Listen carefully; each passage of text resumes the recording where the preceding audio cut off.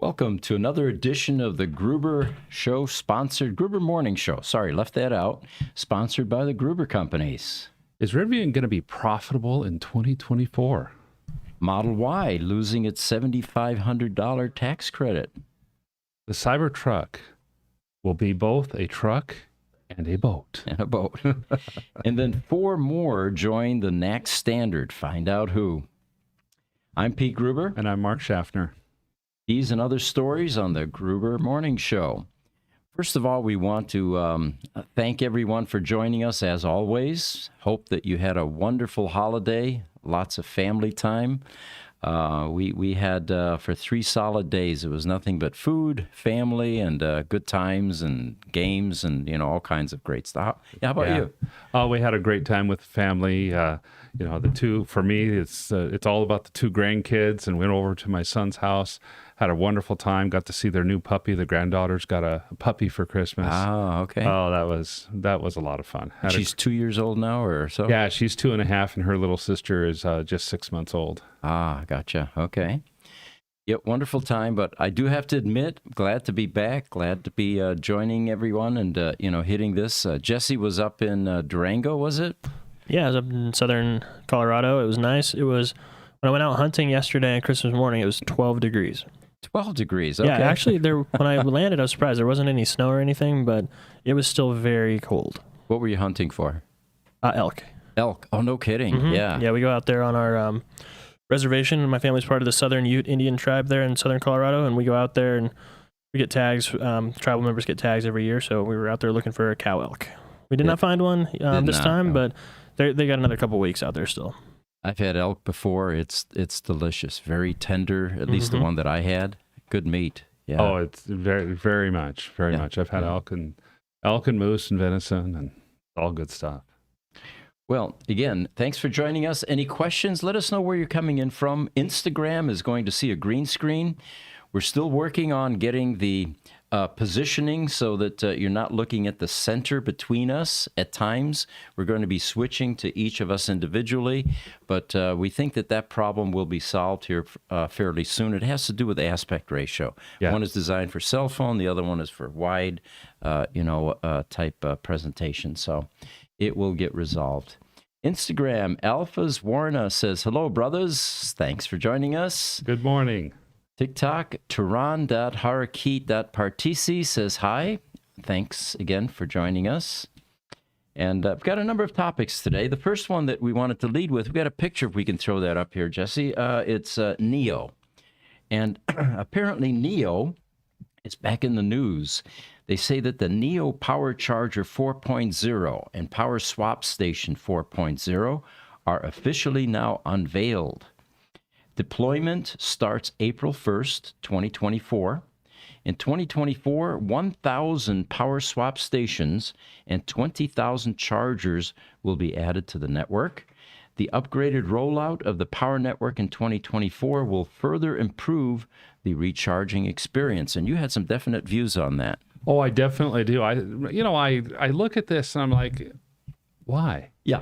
Why do we ever need to do something like this? And I doing a little bit of background checking on this. First, most of these 1,000 are going to be going into China. That's where NIO's customer installed base is almost completely at. And then I thought, okay, well, what differences are there between China and the United States? We've touched on this in the past, that there's some differences in how they view ownership. And so my handy chat GPT AI assistant here, talks about that. And from a cultural perspective, battery swapping does make more sense for China than here in the U.S. The Chinese culture has a strong and long history of what's called collectivism. Mm-hmm. That means there's the concept of individual ownership that we take pride of here in the United States. We own our land, we own our house, we own our car, it's ours, nobody can do anything with it, type of thing. Doesn't even exist in China. There is no private land ownership. There hasn't been such a thing as private land ownership in China for hundreds of years. Mm-hmm. The idea of capitalism and markets and stuff like that is only about a 30 to 40-year-old idea in China. And so the entire concept of personal ownership is quite different from us, where we see this risk of, wow, if I change batteries, I'm going to potentially swap my good battery that I've taken care of for some sort of bad battery that's not going to work. In China, they might not even think of it as their battery in the first place. Right. It's still NIO's battery, even though it's their car. And so if they get a bad battery, fine, go back tomorrow and go get another battery. It'll be better. And NIO, who owns the batteries, is how they might think of it, would simply say, you know what, somebody over at NIO is going to take care of that problem. All we care about is we have a car, it's drivable, it has a good battery, and if something ever happens, we just take it back and go get another battery. Right. So things we take for granted here simply aren't the case in other countries or some other countries. Exactly. Fascinating. Look like we've got some more people chiming in. Niels is joining us from Denmark. He says, did you get the almond? You know, we had lots of food, but that was a very nice tradition that he acquainted me with in Denmark, finding an almond, and the kids love that sort of thing. So, oh, that's so cool. Yeah. LinkedIn, Steve Wormington from Southlake, Texas is chiming in. Good morning, Stephen.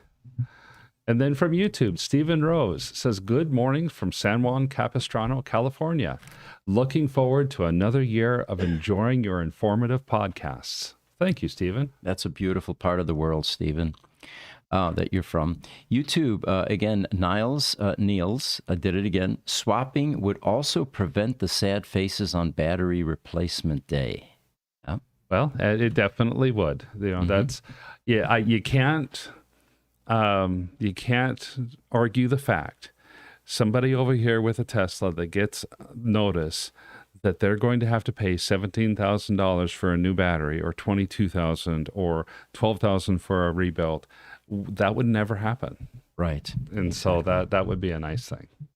YouTube, Robert Christensen says, hello from Norway. You had a great reply last time I talked to you about the ACP system in my monotracer. It's being converted to digital electronics. But what is the difference, analog versus digital? Well, reliability definitely comes into play.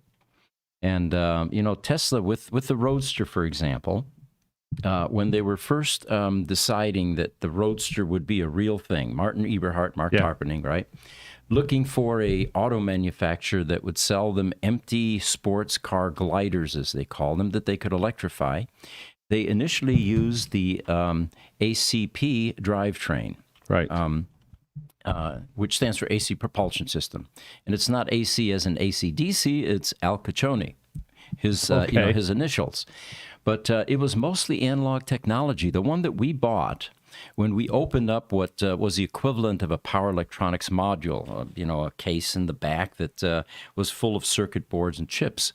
It was a lot of TTL type logic. There was some transistor logic in there. It was definitely old school TTL type electronics, from the last century. Okay. And they tried to use that in the Tesla Roadster and found it to just be unreliable for a number of reasons.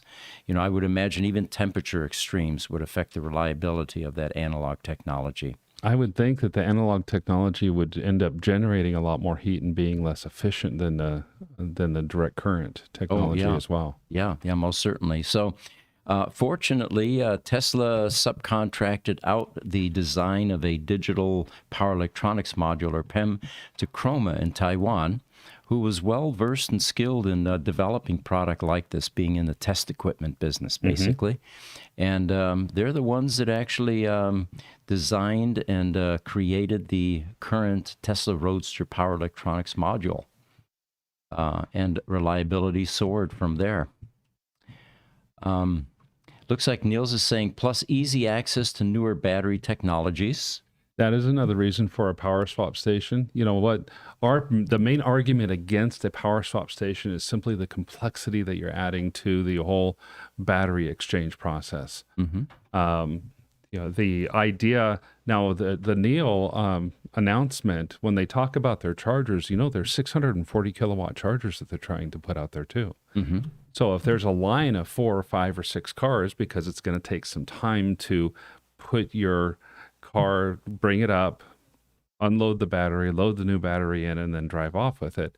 If you don't want to wait in line, you just go park at one of the chargers at 640 kilowatts. You may be able to get your car charged completely in about 10 minutes or so. Mm-hmm. You know, that seems like a business opportunity for those of you that are business-minded out there. The threat and the risk of having a $20,000 Tesla battery go defective is definitely weighs on people's minds. Yes. It's of great concern. If a company came along that decided to assume all that risk and simply allow people to lease their batteries on the cars that they own, not the entire car, but just the battery, that way you'd never again have a battery concern, because the instant it begins to go flaky, act strange, fails, you simply go and get another battery from this company. It's an intriguing business prospect, and I'll bet the numbers could be worked out. Mm-hmm. Yeah. YouTube, Jim Stack. Welcome, Jim. Local EV godfather here, actually. He says the Model Y loses partial tax credit. Won't be the 8640 U.S.-made battery won't it still allow for full tax credit? Actually, one of our other, in fact, the next item here is that the tax credit is going away for the Model 3 and the $7,500 tax credit based on the Inflation Reduction Act rules. Did you look into that a bit further? I have looked into that just a little bit further. The overall idea is that the tax credit change on the Inflation Reduction Act is a result of a mixture of the amount of raw materials that need to be put into the car from either the U.S. or from trade-friendly countries. In other words, countries where we have a free trade agreement, not China, and the components as well. So there are two parts to the tax credit, these raw materials and these components. In 2023, 40% of raw materials needed to be sourced either from the U.S. or from countries friendly to the U.S., and 50% of automotive components needed to be that. In 2024, those rise by 10% to 50 and 60%, respectively. While Tesla is getting many of their batteries for their Model 3 models, especially the long-range models, and some of their Model Y models from China, that's going, they meet what they met in 2023, they do not meet in 2024.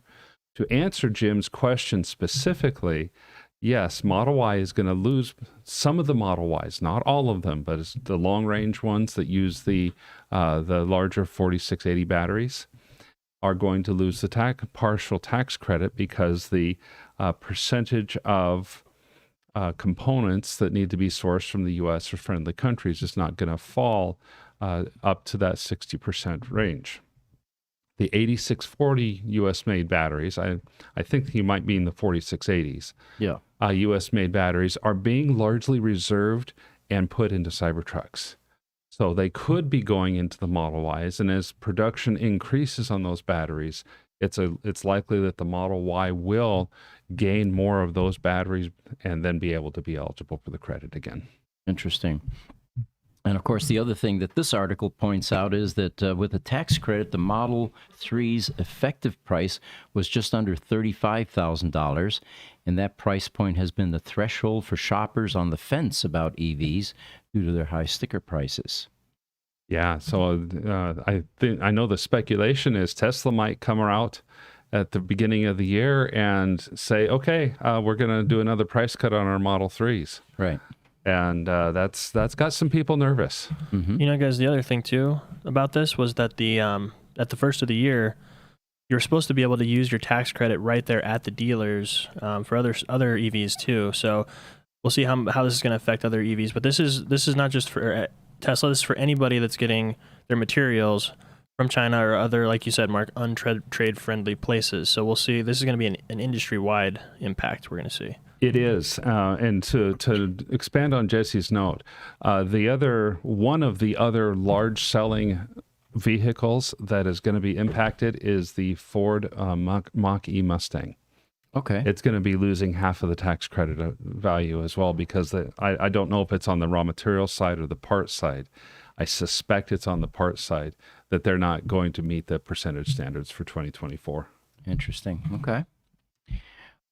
TikTok, Turan Harakit.Partisi says, hi, mister, I'm writing from Turkey without using hybrid electric cars.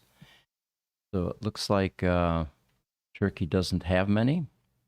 Thank you for joining us today, and good evening to you. On TikTok, Van Goat says, Merry Christmas, Gruber team. Merry Christmas, Van Goat. To you as well and your family. TikTok, Moon Mochi, did you see a near future for inductive charging? You know, that topic comes up often as we do our podcasts here. Yes. And there is a lot of development that's going on right now. There are roads that are getting the inductive coupling embedded in the roads. We're always speculating that this may bring back the notion of toll roads, which I was glad to see decline and go away. But, Right. you know, Europe is full of those. I mean, in France, it was nothing but toll roads, one right after the other. And you go a few, 100 kilometers, and then you have to pay again and again and again.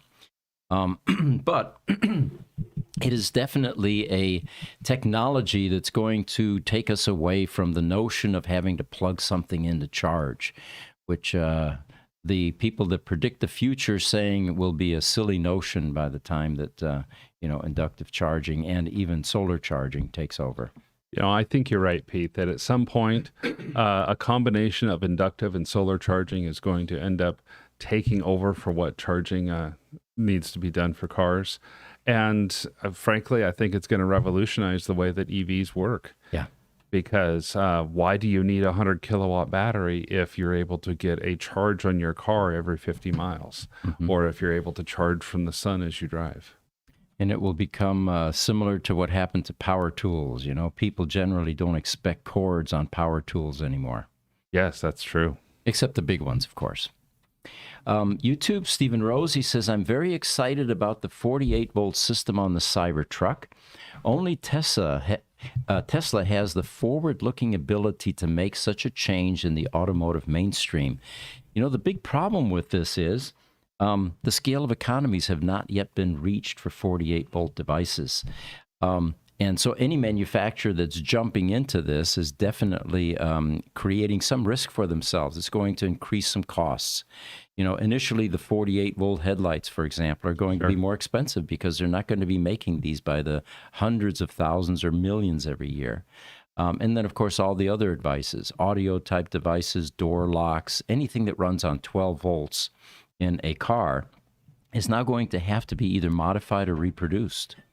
Well, and even if you have 1 million cars a year being produced at 48 volt, the market is not 1 million cars. Mm-hmm.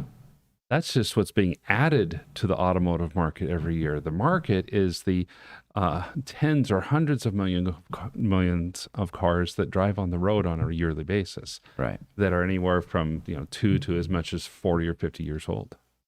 Now, the cost savings, of course, somewhat negligible. Granted, a gauge of wire will now be smaller because in the world of electricity, as you raise voltage, your current goes down proportionately.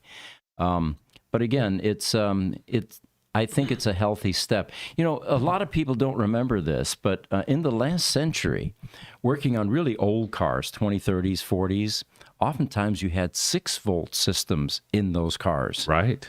And the size of the wire to go to your starter motor was massive compared to the 12-volt systems. That's right. YouTube, Niels comes back again and says, EVs are becoming more difficult to repair. Fine cars must be scrapped because of failing batteries. Tesla's structural battery helps production, but I would prefer a heavier but repairable one.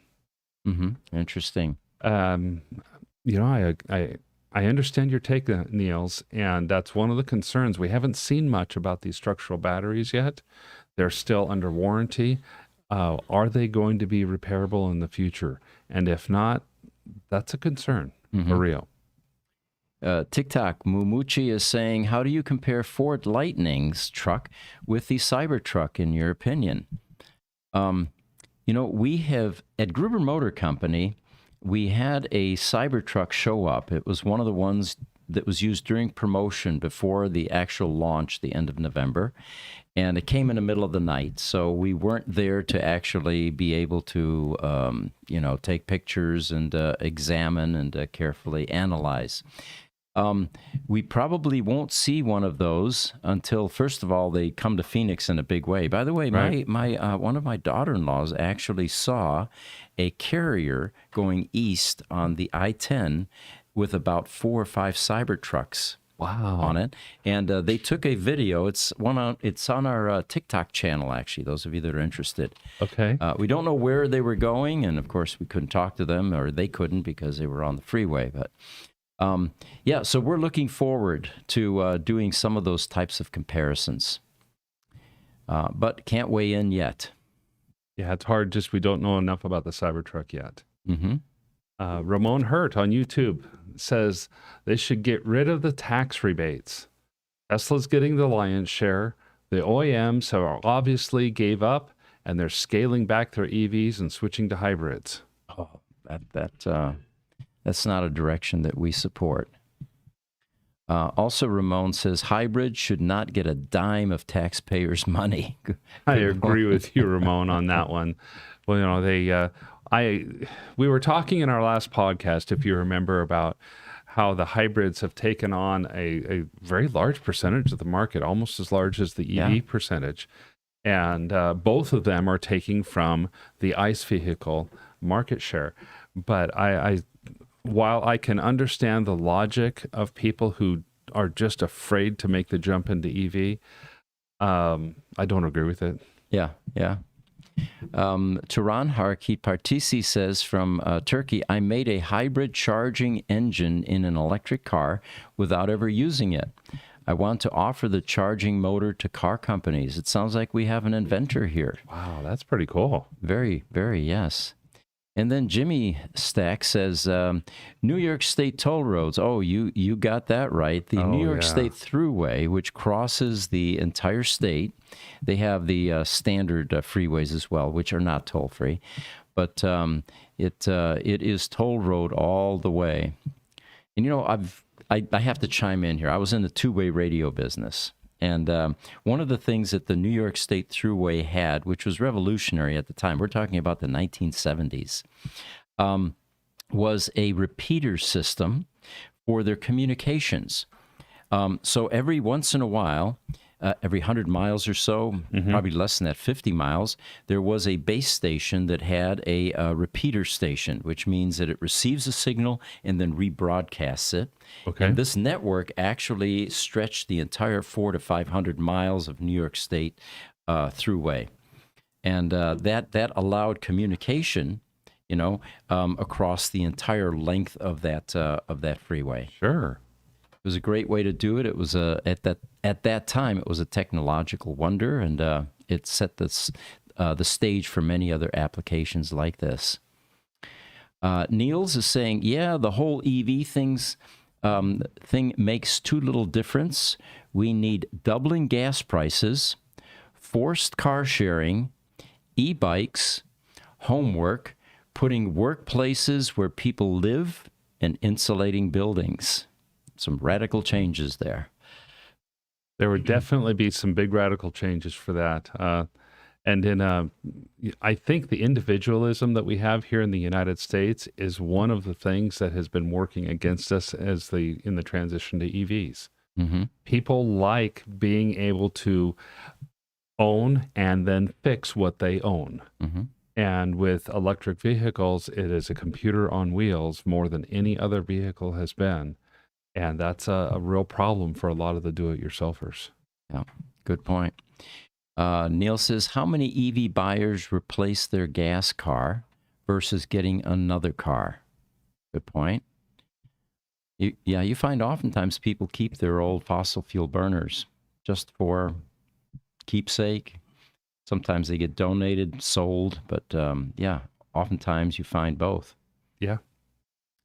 TikTok, Moon Muchi says, do you think Tesla will license their software to other car manufacturers in the near future? If I had to guess or weigh in on this, I would say absolutely, because Tesla, the culture there is not one of myopic protectionism like most companies attempt to keep their IP, proprietary. They create lots of patents and then they protect those, and they may license them cautiously, but they certainly don't like supporting competition. Whereas Tesla seems to do just the opposite. And every once in a while, it's a head shaker. What do you mean they just open sourced all of the Tesla Roadster software, all of their IP?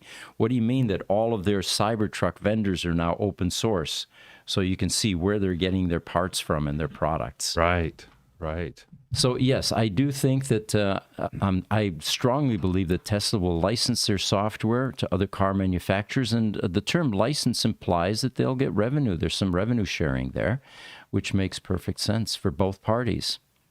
And with Tesla's previous announcements that they would forego enforcement of the patents that they had, as long as they had the ability to share knowledge with other companies, it might be that a lot of that's already in place, and it's simply the other parties, the other car organizations that are declining to want to share their own intellectual property, and therefore not taking Tesla up on their offer.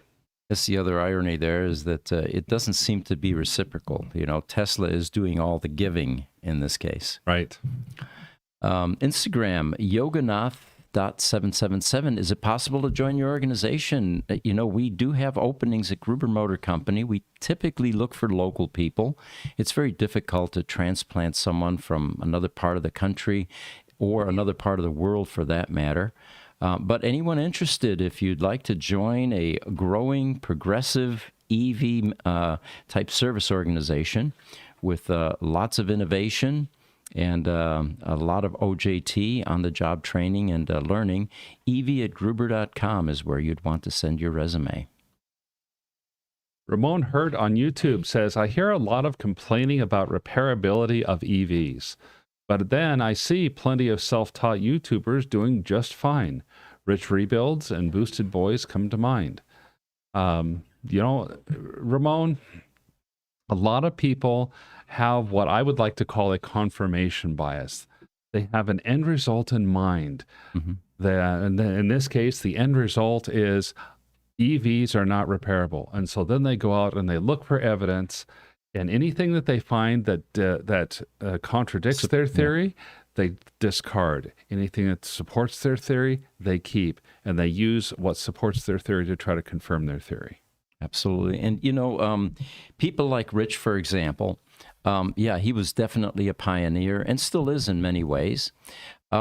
Generally, it takes people that have some engineering background, that understand the technology. One of the reasons that we're successful is because we came from the critical power world, and we applied the same fundamental principles, working on equipment that the OEMs would not support any kind of independent maintenance activity, in other words, competition.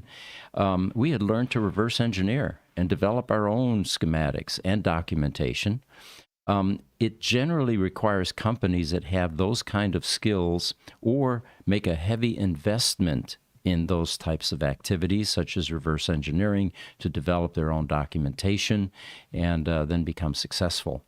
But having said all that, there are a lot of backyard mechanics as well that are doing great things in this. And it also speaks to the fact that the technology is not quite as complex as internal combustion engine, where you have numerous moving parts and lots of specialized tooling. Anybody that is capable of repairing their own PC and their own computers at home and has some interest in electronics generally will do fairly well with EVs. I agree with you there. At some point you've got your garage hobbyist, grease monkey, you might call him, who has bought engine lifts so they can buy crate engines, replace them, and they do so in their own private garage. I could see having car lifts and battery lifts instead. I could see that happening in the future. Hey, Pete. Yeah. Just so you know, we do have a few more articles to get through. This is a shorter show, so if you want to dive into some of those. Okay. Stephen Rose asked a quick question. Did I order a Cybertruck? You know, it's that fear of missing out thing. The horses are already out of the barn. I haven't. And my hope is that our special relationship with Tesla might get us to the front of the line somehow. But that's wishful thinking. What would we do with a Cybertruck, guys, other than just... All right. Shoot it. We would conquer the world. Yeah, we could shoot it with shotguns, arrows. We could take it off of sweet jumps. Yeah. Well, when I get mine and I bring it by, we're doing none of that. Okay. Oh, come on. Okay. All right. Another article talking about Rivian now. In relation to the ongoing price wars, it turns out that the price wars regarding Rivian. Let me get back to another portion of this article here, where we were talking about the tax credits and would it affect Rivian? They say, but the outcome would not be especially problematic for Rivian, which has been building momentum. The good news is that Rivian is one of the few EV manufacturers that's been able to avoid joining the price wars so far, for the same reasons should remain unimpacted if Tesla again slashes prices. Now, the main reason they say that Rivian has been able to avoid participating in the price wars is that EVs don't directly compete. Their EVs don't compete directly in the segments where Tesla has been slashing prices. Consumers who are willing to pay a starting price of roughly $78,000 for a Rivian R1T truck or R1S SUV won't be impacted by the fluctuation of smaller sedans. Now, they say if the same price cut development were to happen with Tesla's newly launched Cybertruck, which does more directly compete with Rivian's vehicles, it could have a far different and more concerning impact on Rivian's momentum. I think that Rivian has been masterful in the way that they've been able to first avoid getting into the price wars, and second, expand and continue to expand into markets that other EV makers are not into as much yet, such as the delivery vans. So the truck/large SUV market is not the same at all as the sedan or even the crossover market, like the Model Y is more of a crossover SUV. I think it's a point well taken. And the projection that Rivian is making is that they're going to have a gross profit by the end of 2024 as a result of this. Exactly. They say that Rivian has momentum going into 2024. It just launched a leasing program to stoke demand. It's inked a deal to supply AT&T with electric delivery vans. And these are vehicles that previously they were selling exclusively to Amazon. Yeah. And then, of course, accelerated its production and deliveries. It has also improved its gross profit per unit. And like you said, it's on track to be potentially profitable next year.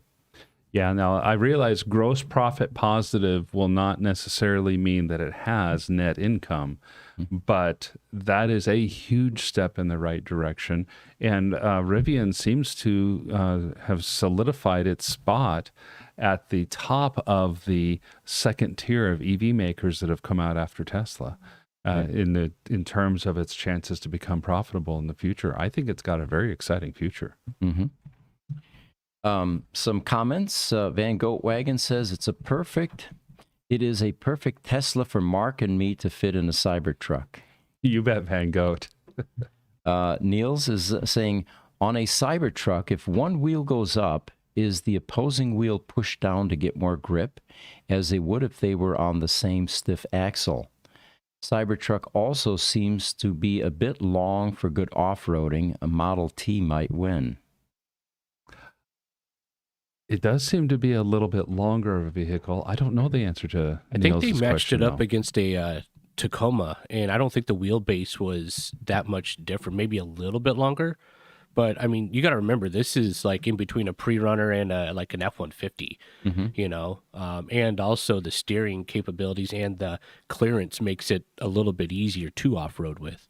Yes. In addition to that, when I saw it at Peterson, and albeit this was an early model, it looked smaller than Tacoma to me. Really? It looked Okay. maybe the same length, if not shorter. I might be misremembering, but it surprised me at how small it was.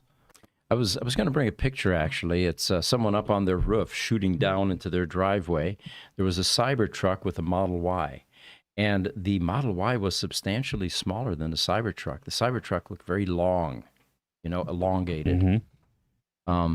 Interesting points. Highlander is joining us from YouTube. He says, inductive charging. It's stoplights and school zones with the money going into the local city or township. So that would be the revenue path then for inductive charging. It's definitely an idea. Stephen Rose on YouTube says, if Tesla brings down the price on the Model 3 anymore, there will be no need for a $25,000 Tesla. Good point. Yeah, that's a very good point. And then on YouTube, Highlander again says to Steve, yes, the Model 2, smaller, lighter, under $20,000 and a lot fewer batteries. Cool. That would be quite a game changer for people. So, you keep hearing about this, but it turns out that Elon Musk confirmed that Tesla plans to offer a mod package that is going to turn the Cybertruck into a boat, at least to traverse 100 meters of water. Musk made the claim before about how Tesla vehicles could float and briefly serve as a boat. And if you remember, there were people that were doing this with the Model S. Yeah. Fording roads that the ICE vehicles were concerned about traversing because they seemed too deep. You get water in a carburetor and you're sucking water into your fossil fuel engine, and you're in a world of hurt at that point. Yeah, you lose an engine quick that way. Because water doesn't compress like air. No, it does not. They say they have never been taken too seriously, as Tesla warranty says something different about taking the vehicle into water. So they're going to have to rewrite their warranty, it sounds like. There we go. We've got a picture of that. And there's another picture as well, guys. Now, this one blew me away. I mean, this is out in the open water here. It's a Cybertruck Boat-2. Check that out. Now, for the rich guys, you could have your yacht and your land transportation all at the same time. Just simply pull the pontoon boat up on the shore and, traverse, and then... It's an interesting concept.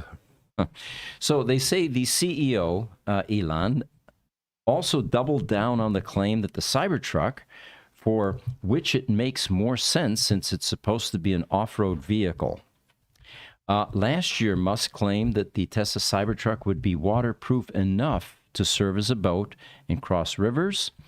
He also added that the goal is for a Cybertruck to be able to cross the waters between SpaceX's Starbase and South Padre Island in Texas, which is about 360 meters or 1,100 feet. That's a lot more than the 300 feet that they were talking about earlier. Most definitely.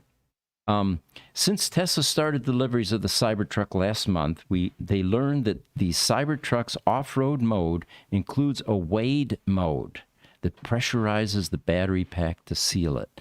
Now, from our viewpoint, being in a service business, this makes a lot more sense because, no seals are perfect, and it concerns me that water, especially salt water, could migrate into a EV battery pack. The commenting on a statement made by Lars Moravi, who's the VP of Engineering at Tesla, about how Cybertruck owners connect an electric outboard motor to the back of the pickup truck to turn it into a boat, Elon added that Tesla plans to sell a package that will turn the Cybertruck into a boat, so you don't have to fabricate your own. And Sure. Well, I just think this is a novelty. I think the comments we're getting up here as well. It would cause a lot. Ramon Hurt says Cyberboat sounds like a big liability. As an investor, I don't like this. Or Stephen Rose, who says, I wish Elon would stop coming up with these crazy ideas and start producing the next gen Roadster. Well, that's kind of my thought too. That this gets a lot of press. I do like the idea of the pressurized battery cabinet. That's a cool thing. That's going to be very functional, very easy to implement.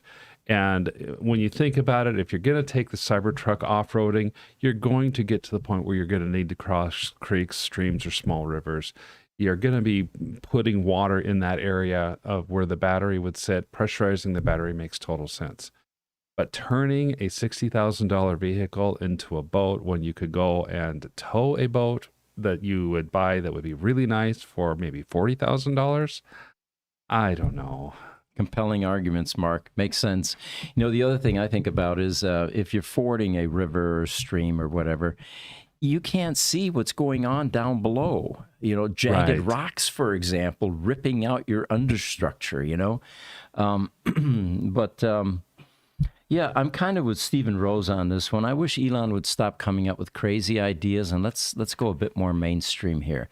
I'm not sure that the Cybertruck, although it is very versatile, there's no doubt about that, and it is revolutionary in design, I think we've already met all of those objectives. I'm not sure that we have to go any further with it. I don't think so. I don't think so. See, and I see this as a gateway for Gruber Motor to get into the marine industry. So Gruber Motor Company and Marine Industry. That's the new title. That means we'd have to open up a shop here on Lake Pleasant and Lake Saguaro. We have a lot of lakes in Arizona, and you know, at one point when I first moved here, I was shocked to find out that the per capita boat ownership in Arizona was the highest in the country. You would think those would be the coastal areas, you know, the places where lakes, the Great Lakes area, for example. But yeah, all right. Looks like we're moving along here. We have one from Niels on YouTube. He says, there is a YouTube rumor that Ford may revive the Ranchero model as a $20,000 truck and have options for either gas, diesel, or electric. Is there anything to that? I've not heard anything. How about you, Pete? I don't know, but you know, with the bans on continuing to manufacture internal combustion engine vehicles, I would say that might just be rumor at this point. It might be. Well, that'll be something that maybe we can have Cass or Aaron check on, or Richard, in the background while we're going through this. And then, of course, Van Goldwagen says the Tesla boat-truck will obviously have a flamethrower. Yeah, and possibly even thrusters. You know, I mean, we might as well go all the way here. YouTube, Ramon Hurd, I'm patiently waiting for my Cybertruck. I want the stock price as high as possible when that time comes. Good point. There you go. Good point. Big Bill. Instagram, FNE Mobile, he says, Merry Christmas to all Tesla fans around the world with a bunch of Christmas trees. Likewise. Thank you. And we said earlier, we hope that you all had a wonderful time with your families, and it was an enjoyable holidays for you. So the next standard, some more dominoes are falling, apparently. Yeah. The latest one, Volkswagen, Audi, Porsche, Scout Motors announced, and this was last week, the planned implementation of the NACS standard for future vehicles in North America starting in 2025. They say the announcement shouldn't come as a surprise to anyone following the industry because nearly every other manufacturer, Stellantis is now the only holdout, has already committed to using the connector that Tesla developed and uses on all of its cars since 2012. The Volkswagen Group really had no choice but to make the switch, or it would have been at an enormous competitive disadvantage. They say the interesting thing is that the press release states that Volkswagen, Porsche, and Audi are exploring adapter solutions for existing vehicles to access the Tesla supercharger network starting in 2025. What that means, they say, is unlike most other companies that have already committed to NACS, existing Volkswagen Group vehicles won't have supercharger access in 2024 with an adapter. That's interesting, and you know, this group of four brands. These are the brands that are owned by the Volkswagen Group. So it's the one corporate entity finally caving in, and man, this had to sting a little bit for them because in 2015 they have this big fine that comes in because of the diesel motors that were rigged to get to get around the emission standards. And so they had to spend billions of dollars, and they've built out one of the largest charging networks in the U.S. With Electrify America. Now their cars going forward are going to be designed to run on a competitor's network instead. Right. Yep. All right. Walmart has entered into an agreement with Canoo to purchase thousands of vans from the electric vehicle startup. The retail giant, they say in this article on Tuesday, said last week it will purchase 4,500 examples of Canoo's lifestyle delivery vehicle, LDV, that it was open to purchasing more should the need arise. You know, my son works for Walmart, and he told me months ago when they first started to get some of these that the people there didn't know how to charge them, and they were typically not charged when they went to use them. I asked him yesterday, I said, has that improved? I told him about this article. Yeah. He says, yeah, they're finally on board. They realize that after you come back, you need to plug this thing in and get it fully charged again, you know, rather than wait until when you need it and then decide, oh my God, you know, we need to get a charge. They say that the vehicles will be used for delivery of online orders, kind of like Amazon now, if you think about it. The move is part of Walmart's goal to eliminate emissions from its operations by 2040. Canoo presented the LDV in 2019 and has since revealed a larger van and pickup truck. This LDV is on track to start production in late 2022 and will be delivered to the first customers, including Walmart, in 2023. So that portion's old because that's already past history. Yeah, I went ahead and took a look to see how many deliveries had been made in 2023 from Canoo to Walmart, and could not find anything even on Canoo's site that said that they had made a significant number of deliveries. But that doesn't mean that Canoo is not working on these and ramping up production and making these. According to Canoo's 2023 Q3 press release for their investors, they are ramping up operations. They are taking their LDVs through the first round of customer testing, and they're working mostly with the state of Oklahoma because Oklahoma has also ordered 1,000 of these LDVs from Canoo, and Canoo's doing its manufacturing in Oklahoma. So the proximity makes a lot of sense for them. They do plan on being up and running with production and have the capacity to produce as many as 20,000 vehicles a year by the end of 2024. Now, it doesn't mean that they will be producing that many, but at least they'll have that capacity available to them. You know, looking at this LDV, and I don't have a picture of it here, but it looks like a great candidate for a small camper conversion or food truck conversion. Oh, I think so as well. Very cool. Looks like people chiming in. Ramon is saying Cummins Motors should be forced to build out EV charging stations.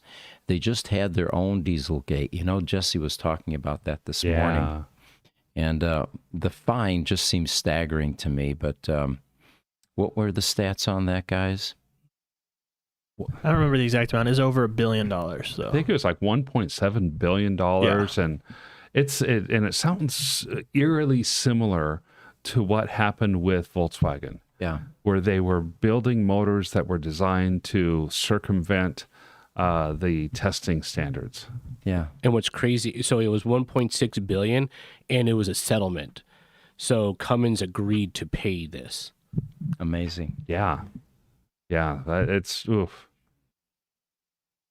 On YouTube, Niels says, in reference to VW, think they will have a great success with the ID.2. It might become their best-selling vehicle in 2026 if they can keep up. The ID.2 is VW's small electric vehicle. Mm-hmm. It is, some people are trying to call it a Tesla killer. It's supposed to be in that $25,000 niche. What I've read, the little that I've read about it, is it's wildly popular. Mm-hmm. Interesting. Do we have a picture of that, guys, that we can pop up, the ID.2? I'm thinking VW, they weren't ever known for great styling, you know, so I'd like to see what this looks like, because that with the proper styling, you're right. This could hit all of the correct check fields. Yeah, it definitely could. While we're waiting for that picture on Instagram, FNE Mobile says, does this mean that all vehicles, no matter which brand, will soon charge at Tesla superchargers? Yes, or chargers built to the NACS standard. I think the short answer is yes. If it's other than anything that Dodge comes out with, it's going to be NACS standard. Mm-hmm. Stephen Rose says, I spoke to an Amazon driver who has been driving the electric van for a few months. He was delighted with the electric vehicle. We heard that from someone else as well. The UPS drivers typically have these large, dark brown, boxy vans, and you see them here in Arizona when it's 115 outside. Mm-hmm. Their driver's side door is completely open because of the intense heat. They have no environmental control in these vans, and these things are literally like ovens. Yeah. So these new electric delivery vans are actually air conditioned, and I can see why the staff would appreciate these. Hey, I can too. Real quick, we can talk about that picture, and then we got to cover the Nikola article quickly. We have 4 minutes left. Okay, all right. It doesn't look like a bad vehicle, does it? That looks like actually pretty impressive. It reminds me a lot of the VW Golf from the 1990s. Mm-hmm. And that was a popular vehicle here in the States as well. It sold well and did really well and did well internationally. And Jess, it was our fault with the Nikola vehicle. You probably have that in the thumbnail. It's in the title, yeah. Yeah, it was actually the Rivian. It was my fault. I called the profitability one. The profitability. Rivian is going profitable, they claim, in 2024. Gotcha. Okay. All right. Well, it looks like we're wrapping up here the EV portion of our podcast. Stay tuned if you like. Excuse me. We will be switching over to the Tesla Roadster podcast at 11 o'clock Mountain Standard Time, which is about 7 minutes away or so. And at that point, we'll have another hour or so of discussion about the Tesla Roadster and the latest developments having to do with that car. Thank you for joining us, as always. And feel free to join us. Any of you that want to see some of the other podcasts we've done, they're all posted out on our YouTube channel under Gruber Motors. And we tend to get a lot more traction after these podcasts than during, because the viewer count goes up quite a bit. Yes. Again, thank you for joining us. Take care.